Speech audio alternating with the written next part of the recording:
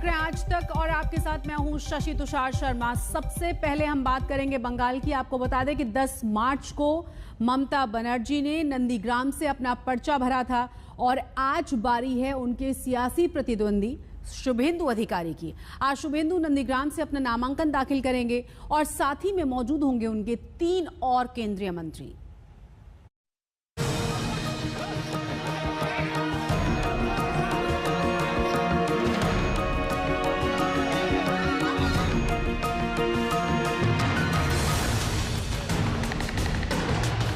पश्चिम बंगाल के नंदीग्राम में सबसे बड़े लड़ैया से पहले बीजेपी उम्मीदवार शुभेंदु अधिकारी मंदिर मंदिर भगवान का आशीर्वाद बटोर रहे हैं। कल महाशिवरात्रि के दिन देवों के देव महादेव के दर्शन किए। आज उस भीषण संग्राम से पहले की पहली आधिकारिक दस्तक है जब वो नंदीग्राम से अपना पर्चा भरेंगे। अपना हमारे संगे बोलो हर हर महादेव, हर हर महादेव, बम बम बम बम तारक बम बम बम बम बम बम, हर हर महादेव, हर हर महादेव, हर हर महादेव। 10 मार्च को ममता ने नंदीग्राम से बतौर टीएमसी उम्मीदवार अपना पर्चा भरा था। आज उन्हें चुनौती देने वाले शुभेंदु की बारी है, जहां उनके साथ मौजूद रहेंगे बीजेपी के कद्दावर नेता। सुबह 8 बजे शुभेंदु नंदीग्राम के सिंहवाहिनी मंदिर में पूजा करके दिन के कार्यक्रम की शुरुआत करेंगे। सुबह 9 बजे शुभेंदु जानकीनाथ मंदिर जाएंगे। उसके बाद दिन में 11 बजे से 11:30 बजे तक वो हल्दिया में रोड शो करेंगे और उसके बाद हल्दिया में नंदीग्राम के लिए नामांकन भरेंगे। पर्चा भरने के वक्त शुभेंदु के साथ 3 केंद्रीय मंत्री रहेंगे, स्मृति ईरानी, बाबुल सुप्रियो और धर्मेंद्र प्रधान। शुभेंदु के नामांकन के साथ नंदीग्राम में आर पार की लड़ाई का असल शंखनाद हो जाएगा।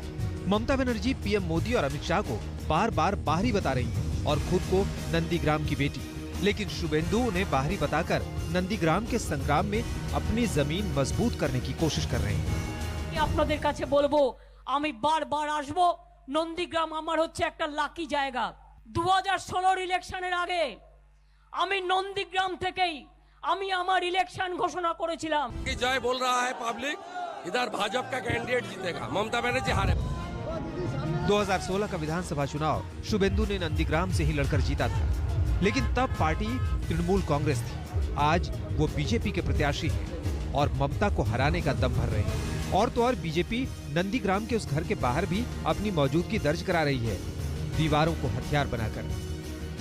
बीजेपी की ओर से ममता बनर्जी का जो टेम्परेरी घर है नंदीग्राम, उसके बाहर दीवार लेखन कर दिया गया है, भर दिया गया है और वहां पर साफ साफ लिखा गया है, जो बांग्ला में लिखा गया है कि पा भांगेनी मन भेंगेचे ताई तो दीदी फिरे गए। ये एक छंद के रूप में लिखा गया है और इसका मतलब है कि पा यानी पाँव नहीं टूटा मन टूटा है, तभी तो दीदी वापस चली गई हैं। और उसके बगल में शुभेंदु अधिकारी का नाम है और ये दीवार लेखन है बीजेपी का। और एक दीवार लेखन मैं आपको दिखाता हूँ। यहाँ पर आप साफ देख सकते हैं, यहाँ पे भी एक नया दीवार लेखन हुआ है। यहाँ पर लिखा है काली घाटेर मयना सत्य कथा कयना, यानी काली घाट की मैना सच बात नहीं बोलती है।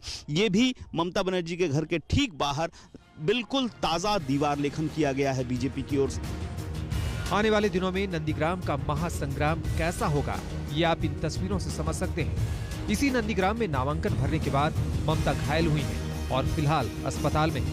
ममता ने पहले बीजेपी पर हमले का आरोप लगाया, जिसे बीजेपी ने नाटक करार दिया। अब नंदीग्राम में आज शुभेंदु अधिकारी के नामांकन के साथ ही सियासी महायुद्ध का नया अध्याय लिख दिया जाएगा, जिसका फैसला 1 अप्रैल को यहाँ की जनता करेगी और परिणाम 2 मई को आएगा। नंदीग्राम से अनुपम मिश्र के साथ आज तक ब्यूरो। अब सवाल यह है कि ममता बनर्जी को चोट लगी कैसे, सच क्या है इसका? इस पर सबने अपने अपने दावे किए हैं, अपनी अपनी राजनीति है, लेकिन ये बंगाल चुनाव का बड़ा मुद्दा बनता हुआ नजर आ रहा है। टीएमसी से जोर शोर से उठा रही है। टीएमसी ने अपनी राजनीतिक बंदूकों से बीजेपी पर निशाना साध रखा है और वो कह रही है कि ममता बनर्जी पर हमले का हिंट बीजेपी के नेता पहले से दे रहे थे और आखिरकार उनके साथ यह हादसा हो गया।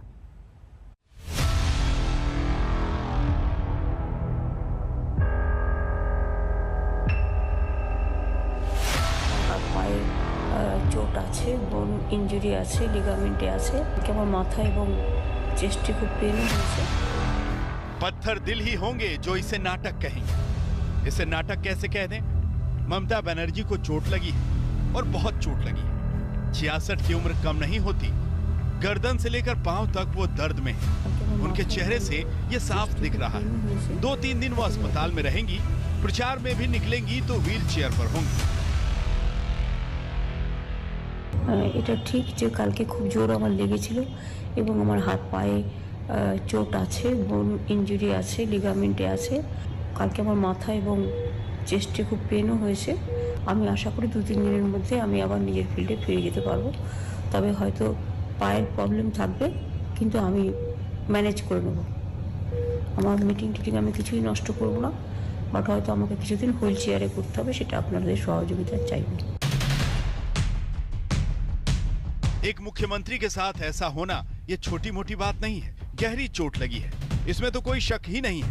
लेकिन सवाल ये है कि ये सब हुआ कैसे? सवाल ये है कि इतने बंदोबस्त में दीदी को ये चोट लगी कैसे? क्या उनके साथ कोई हादसा हुआ या उन्हें किसी ने धक्का दे दिया? जो बात सबसे पहले दीदी ने कही थी। कोई पुलिस नहीं था, एक भी पुलिस नहीं था। हमारा पुलिस दीदी 4-5 आदमी नहीं था। मैं गाड़ी को इधर में खड़ा होकर 4-5 आदमी मेरे को गाड़ी पूरा बंद कर दिया। पब्लिक बहुत थे, पब्लिक का बात नहीं है। 4-5 कहाँ चोट लगा आपको? कहाँ चोट लगा? पैर में?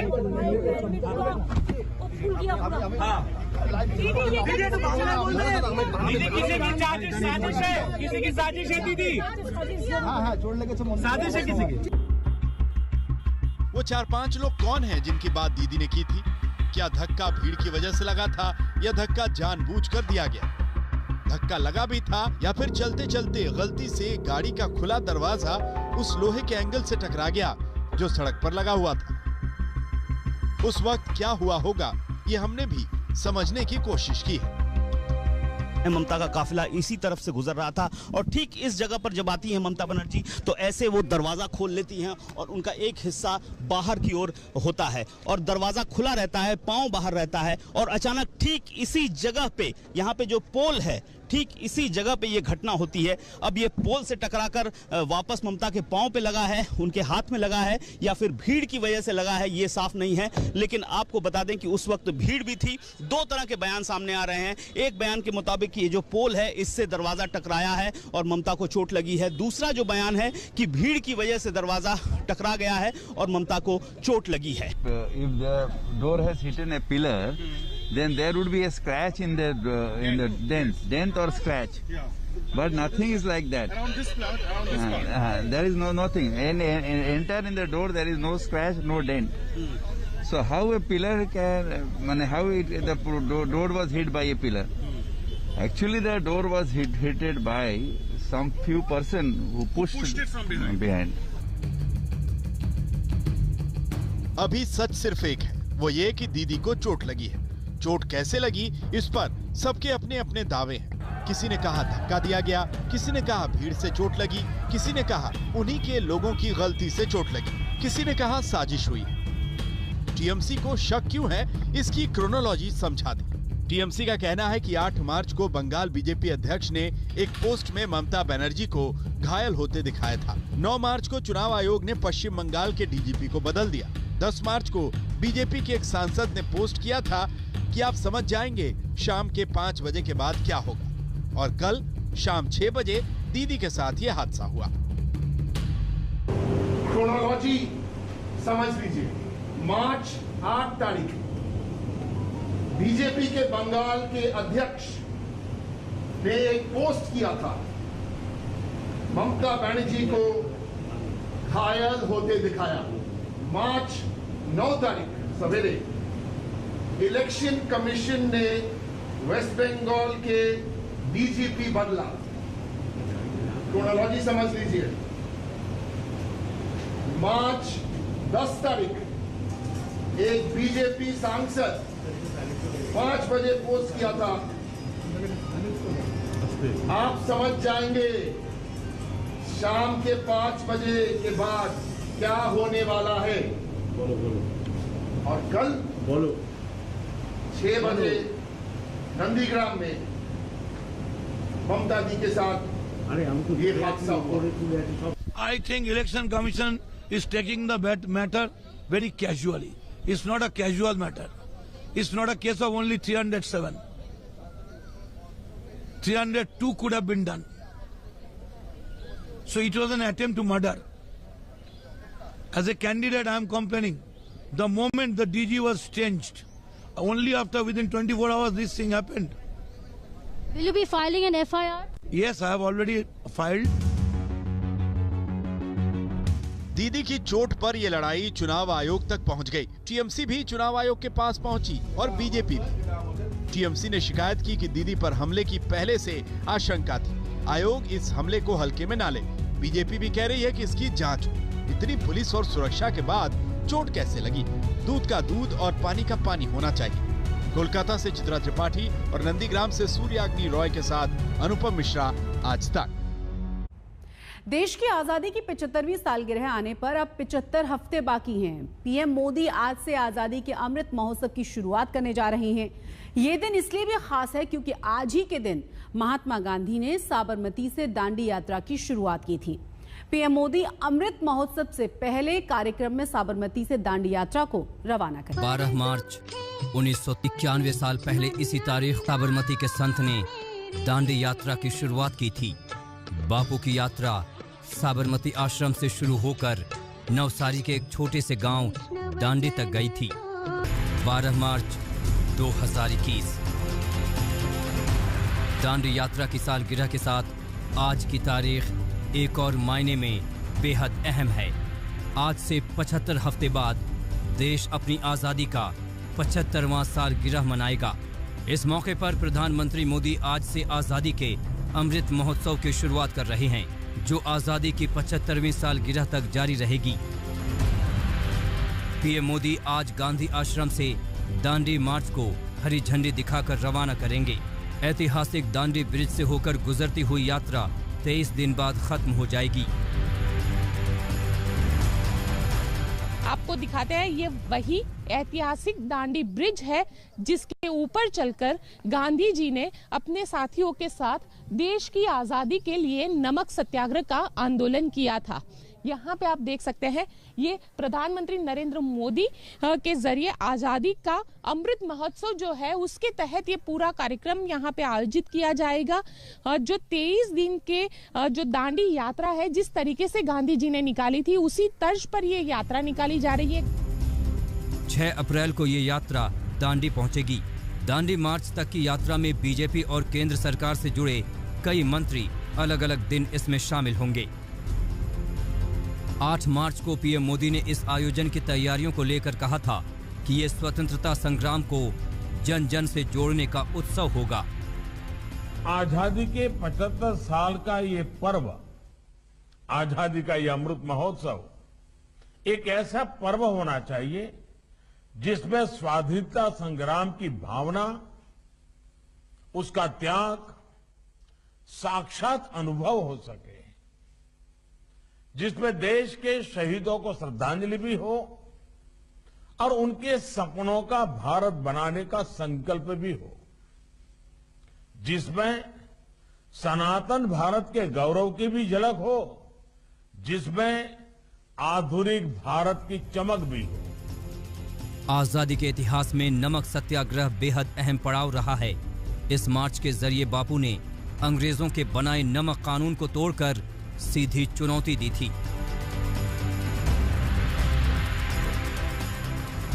क्योंकि अंग्रेजों के सामने किसी की बोलने की हिम्मत नहीं थी। देखो, जहाँ कहीं किसी की बोलने की हिम्मत नहीं होती है, वहाँ जब कोई आवाज उठा रहा है तो बाकी सब लोग तो ऐसे ही डर रहे थे कि क्या होगा, गांधी जी को अरेस्ट कर देंगे, ये तो नमक का कानून तोड़ने वाले, बोलने की हिम्मत नहीं है और कानून तोड़ने की बात।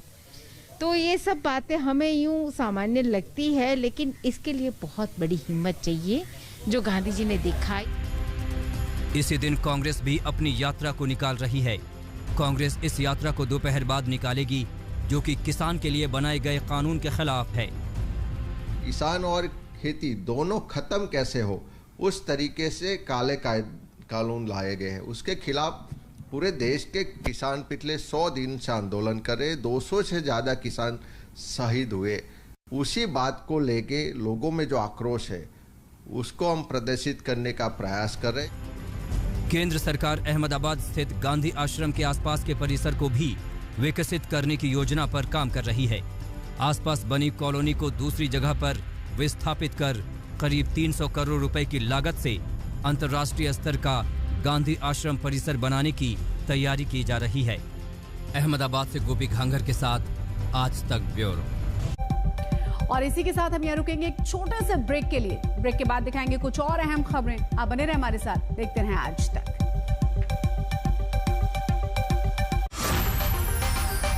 नमस्कार, मैं हूं अंजना ओम कश्यप। हमें उम्मीद है ये वीडियो आपको पसंद आया होगा। लेटेस्ट खबरों के लिए यूं ही देखते रहिए आज तक, और इस वीडियो के पसंद आने पर लाइक, शेयर एंड सब्सक्राइब करना ना भूलें।